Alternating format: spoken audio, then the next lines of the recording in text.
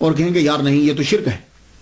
تو میں عرض یہ کرنا چاہوں گا، اگر آپ قرآن مجید کی اسٹڈی کریں، قرآن مجید کو پڑھیں، تو بہت سے الفاظ ایسے ہیں کہ اللہ تعالیٰ نے وہ اپنے لیے بھی استعمال کیے ہیں اور اپنے بندوں کے لیے بھی وہ استعمال کیے. یہ اگر فلسفہ آپ کی سمجھ میں آ جائے تو پھر یہ الغوث العظم، مشکل کشا، یہ الفاظ جو ہیں وہ آپ کو ڈسٹرب نہیں کریں گے. بس پہلے آپ نے یہ سمجھنا ہے کہ کیا اللہ تعالیٰ نے وہ الفاظ کے جو اپنے لیے خاص کیے تھے، کیا وہ اس نے وہ بندوں پر استعمال کیے ہیں کہ نہیں کیے. یہ اگر آپ قرآن مجید سے پڑھ لیں تو آپ پر جو ہے یہ حقیقت واضح ہو جائے گی. یہ مسئلہ آپ کو کبھی ڈسٹرب نہیں کرے گا. قرآن مجید کے اندر بہت سے ایسے الفاظ ہیں کہ جو اللہ کے لیے ہیں لیکن وہ بندوں کے لیے استعمال ہوئے ہیں. سب سے پہلا لفظ جب آپ نے سورہ فاتحہ پڑھی تو الحمدللہ رب العالمین ہے. یہ لفظ رب ہے نا، جو یہ اللہ نے اپنے لیے استعمال کیا قرآن مجید کے اندر. جتنے انبیاء کرام ہیں جب بھی انہوں نے دعا مانگی انہوں نے ربنا کہہ کے دعا مانگی. اس لیے کہا جاتا ہے کہ جب بھی دعا مانگو ربنا کہہ کے دعا مانگو، کیونکہ جب ربنا سے دعا مانگتے ہو اللہ تعالیٰ خوش ہوتا ہے اور اللہ دعا قبول کرتا ہے. ربنا آتنا فی الدنیا، تو یہ رب جو ہے یہ لفظ خاص ہے. لیکن سورہ یوسف پڑھتے ہوئے آپ کو یہ ملے گا کہ یہی لفظ رب تعالیٰ کا رب جو ہے حضرت یوسف علیہ السلام نے وہ جو شراب پلانے والا تھا اس کے بادشاہ کے لیے استعمال کیا.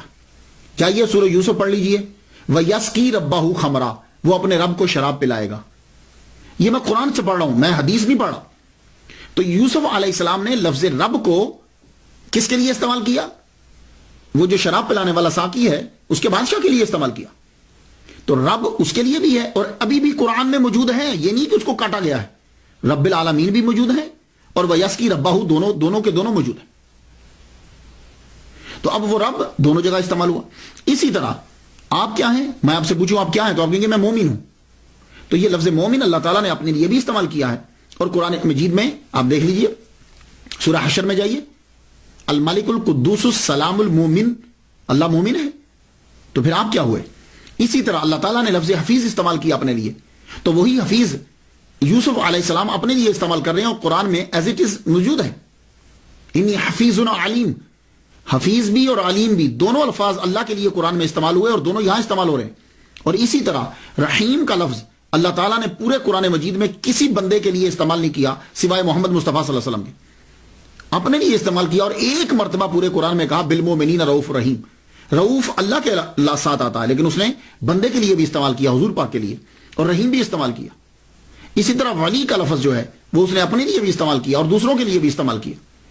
تو یہ دیکھیے، ویسے اگلے کو مارنا ہو تو جو مرضی یک طرفہ ڈال دیا جائے، لیکن حقیقت یہ ہے کہ بہت سے الفاظ ایسے ہیں کہ اللہ نے اپنے لیے بھی استعمال کیے اور بندوں کے لیے بھی استعمال کیے.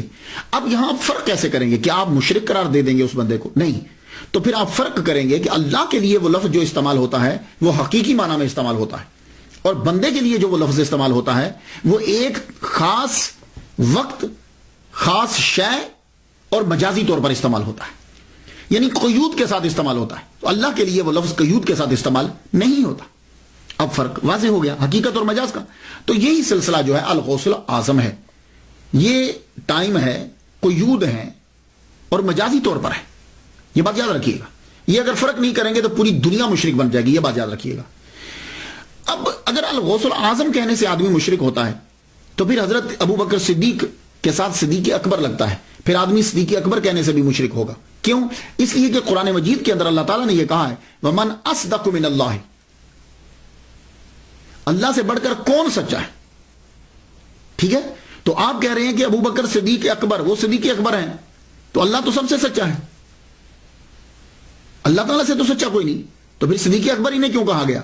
پھر اسی طریقے سے فرق کرنے والا تو اللہ تعالیٰ ہے حق و باطل کے درمیان. تو حضرت عمر فاروق رضی اللہ تعالیٰ عنہ کو فاروق کیوں کہتے ہیں؟ یہ بھی شرک ہوگا. اسی طرح اللہ قرآن میں کہتا ہے کہ ان اللہ غنی وانتم الفقراء، اللہ غنی ہے اور تم فقیر ہو. تو آپ پھر لوگ سب عثمان غنی عثمان غنی کیوں کہتے ہیں؟ اسی طرح قرآن مجید کے اندر آتا ہے وَهُوَ الْعَلِيُّ الْعَظِيمُ، وہ علی ہے، اللہ علی ہے. تو آپ حضرت علی کو علی کیوں کہتے ہیں؟ تو یہ دیکھیے وہ جو بزرگان دین تھے نا، ان کے سامنے سب چیزیں ہوتی تھی، وہ پھر ایک نتیجہ نکالتے تھے جہاں سے کہیں سے اعتراض نہیں آتا. ہم کیا کرتے ہیں؟ ہم اگلے آدمی کو مارنے کے لیے ایک چیز لے لیتے ہیں، باقی ساری چیزوں کو بند کر دیتے ہیں. تو الغوث العظم جو کہا جاتا ہے یہ مجازی طور پر ہے اور یہ قیود ہوتی ہیں.